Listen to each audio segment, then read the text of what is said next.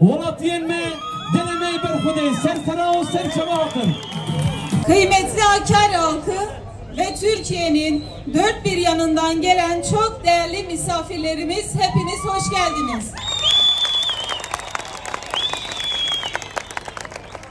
Öncelikle belediye eş başkanımız Mehmet Sadık Akış şahsında zindandaki bütün arkadaşlarımızı saygıyla, sevgiyle selamlıyorum.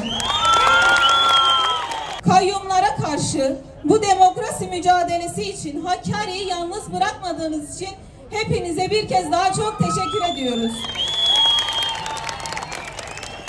Kayyum politikaları Kürt kimliğini asimile etmek, dilini, kültürünü yok etmek anlamına gelir. DEM Parti belediyelerine ve belediye eş başkanlarına yönelik verilen kararlar hukuki değil, siyasidir. Belediye eş başkanımızın tutuklanma kararı ve belediyemize kayyum atanması kararı adliye binalarından çıkmıyor. Bu kararları doğrudan AKP ve MHP ittifakı veriyor. Ben ve Mehmet Sadık Akış ön seçime girerek partimizden aday olduk ve belediye başkanlığını kazandık. Lakin siz bunu hazmedemediniz ve çareyi halkın iradesini gasp etmede buldunuz. Kayyum olarak atanan şehrin valisi tarihe yüzü de ismi de kara leke olarak geçecektir.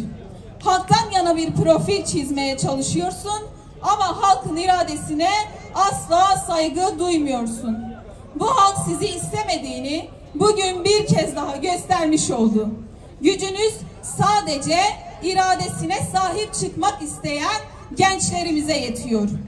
Hakkari halkıyla beraber sonuna kadar demokratik ve meşru yollarla irade gaspına karşı direneceğiz. Halkın iradesi üstüne irade tanımıyoruz, tanımıyoruz, tanımıyoruz.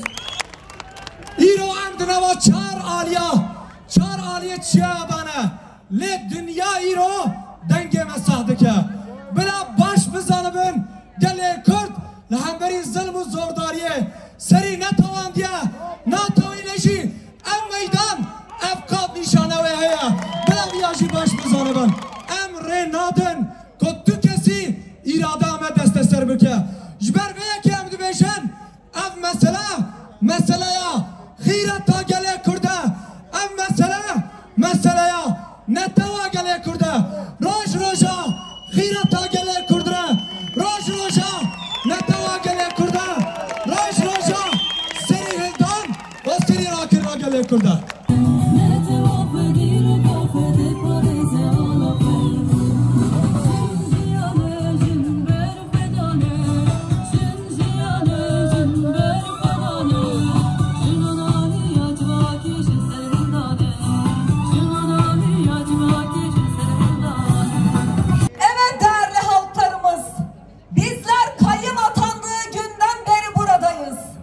Direniyoruz.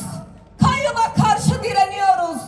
İrademizi çalanlara karşı direniyoruz. Bir Kürt kendi kendini yönetemez.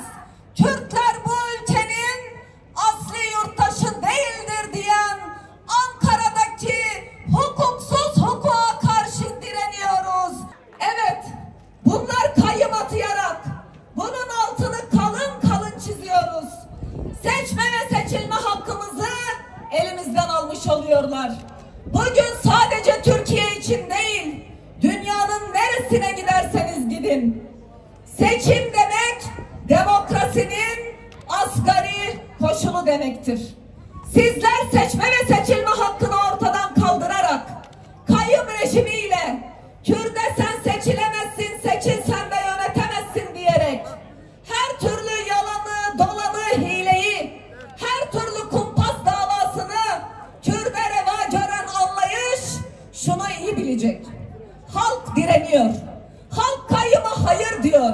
Halk iradesine sahip çıkıyor. Halk bu siyasi darbeyi kabul etmiyor, kabul etmiyor, kabul etmiyor. Bizler direnerek kazanacağız ve yaşasın direnişimiz. Dayanışarak kazanacağız. Birleşerek kazanacağız. Dilenerek kazanacağız. Serk ettin, serk ettin, serk ettin.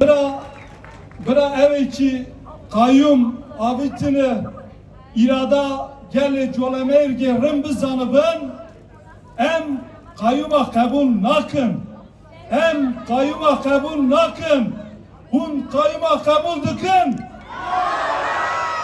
anda olduğu gibi bugün burada dayanışma içerisinde olan ve Kürt halkını, Hakkarileri yalnız bırakmayan değerli dostlarımıza söz veriyoruz. Önümüzdeki günlerde daha büyük, daha güçlü bir mücadeleyle birlikte başta Kürdistan olmak üzere Türkiye'deki iktidarın zulmüne karşı, faşizan politikalarına karşı daha güçlü bir duruş ortaya koyacağımızın sözünü tekrar veriyoruz. 31 Mart'ta Kürdistan halkı, Türkiye halkları tam da bize düşmanlık yapan, bizi yok sayan bu anlayışı sandığa gömdü. Ama utanma yok, arlanma yok. 2 dönem kayyum atamış, kayyumlar belediyeleri soymuş, talan etmiş, Kürt'ün diline, kültürüne düşmanlık yapmış, kentler toz içerisinde, çamur içerisinde, işsizlik ve yoksulluk içerisinde kıvranıyor. Beyefendi diyor ki ben hukuk uyguluyorum. Hangi hukukmuş bu? Ey beyefendi, bu düşmanlık hukukudur. Bizler var olduğumuz müddetçe Seyit Rızalar gibi, Şeyh Saidler gibi, mazlumlar gibi, Mahirler, Denizler, İbrahimler, Sakineler gibi asla bu düşman hukuku karşısında pes etmeyeceğiz. Direnişiniz için, dayanışmanız için hepinizi tek tek tebrik ediyorum. Emin olun Hakkari'de ortaya koyduğunuz bu dayanışma ve direniş bundan sonra kayyum atamak isteyenleri düşündürecektir.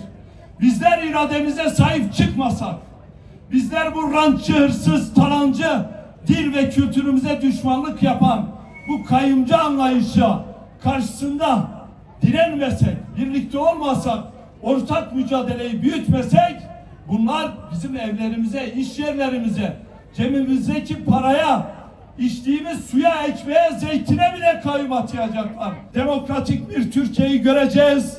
Kürtlerin hakkına, hukukuna, statüsüne kavuştuğu günlere hep beraber yaşayacağız.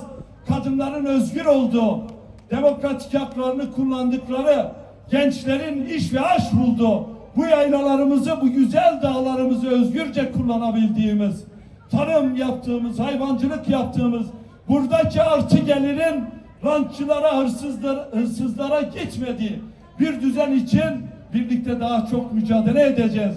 Eser navenda Dem Partiye ve Hemuya tek Slav dıkım Rezariye Feradişi'nin bibinin xeyli xasiye da